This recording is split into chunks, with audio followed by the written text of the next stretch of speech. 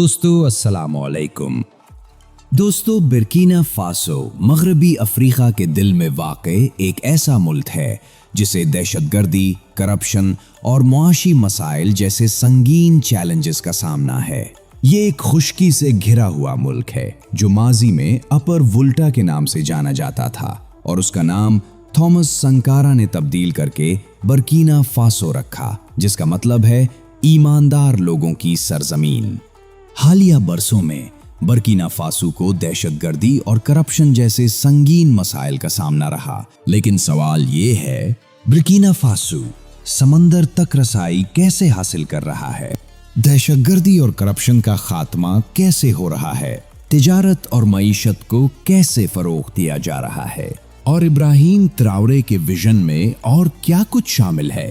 Burkina Faso چونکہ ایک land locked زمین سے گھرا ہوا ملک ہے، اس لیے اسے تجارت کے لیے براہ راست سمندر تک رسائی حاصل نہیں۔ یہ مسئلہ اس وقت اور بھی پیچیدہ ہو جاتا ہے جب برآمدات اور درآمدات کا انحصار بندرگاہوں پر ہو۔ یہ بندرگاہیں اس کی معیشت کے لیے نہایت اہم ہیں، لیکن ان راستوں پر سیاسی عدم استحکام، بھاری ٹیکسز اور غیر ملکی کنٹرول جیسے خطرات موجود ہیں۔ برکینا فاسو کی 70% آبادی 25 سال سے کم عمر ہے۔ برکینا فاسو دنیا کے غریب ترین ممالک میں سے ایک ہے، جہاں آبادی کا 40% سے زیادہ حصہ غربت کی لکیر سے نیچے زندگی گزار رہا ہے۔ ملک کی معیشت بنیادی طور پر زراعت پر منحصر ہے، جہاں 90% آبادی گزارے کے لیے کاشتکاری کرتی ہے۔ اہم فصلوں میں جوار، مکئی، چاول اور کپاس شامل ہیں۔ سونے کی کان کنی ملک کی معیشت کا ایک اہم حصہ ہے اور سونا برکینا فاسو کی سب سے بڑی برآمدی مصنوعات میں سے ایک ہے۔ تاہم اس کے باوجود ملک کو اقتصادی خود مختاری کے چیلنجز کا سامنا ہے۔ ملک کو بنیادی ڈھانچے کی کمی، بجلی کی عدم دستیابی جہاں 90% آبادی کے پاس بجلی نہیں، اور اعلیٰ بے روزگاری کی شرح جیسے مسائل کا بھی سامنا ہے۔ برکینا فاسو مغربی افریقہ میں واقع ایک خشکی سے گھرا ہوا ملک ہے جس کی سرحدیں شمال مغرب میں مالی، شمال مشرق میں نائجر، جنوب مشرق میں بینن اور جنوب میں ٹوگو اور گھانا سے ملتی ہیں۔ سونے اور قدرتی دولت سے مالا مال جمہوریہ برکینا فاسو مغربی افریقہ میں ایک خود مختار ریاست ہے۔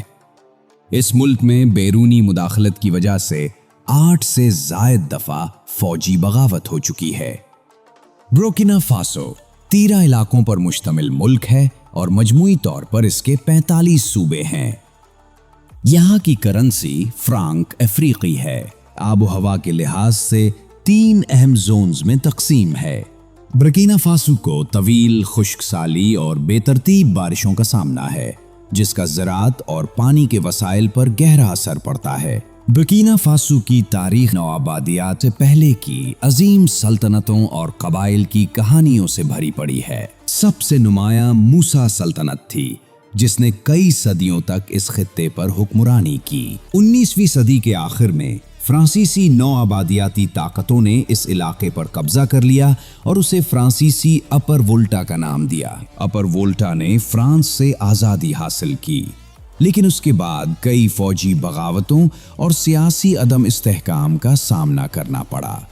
کیپٹن تھامس سنکارا نے ایک بغاوت کے ذریعے اقتدار سنبھالا اور ملک کی تاریخ کو ایک نیا رخ دیا۔ سنکارا نے ملک کا نام تبدیل کر کے برکینا فاسو رکھ دیا۔ سنکارا نے اپنے مختصر دور حکومت میں انقلابی اصلاحات متعارف کروائیں، جن میں زراعت، صحت، تعلیم اور خواتین کے حقوق پر خصوصی توجہ دی گئی۔ انہوں نے صحرا بندی، غربت اور ناخواندگی کے خلاف جنگ لڑی، اسکول اور ہسپتال بنوائے اور کسانوں کو مزید زمینیں فراہم کیں۔ ان کا ویژن خود انحصاری اور نوآبادیاتی اثرات سے آزادی پر مبنی تھا۔ تاہم سنکارا کو ان کے بچپن کے دوست بلیز کمپاوے کی قیادت میں ایک خونی بغاوت میں قتل کر دیا گیا، جس کے بعد کمپاوے نے 27 سال تک حکمرانی کی،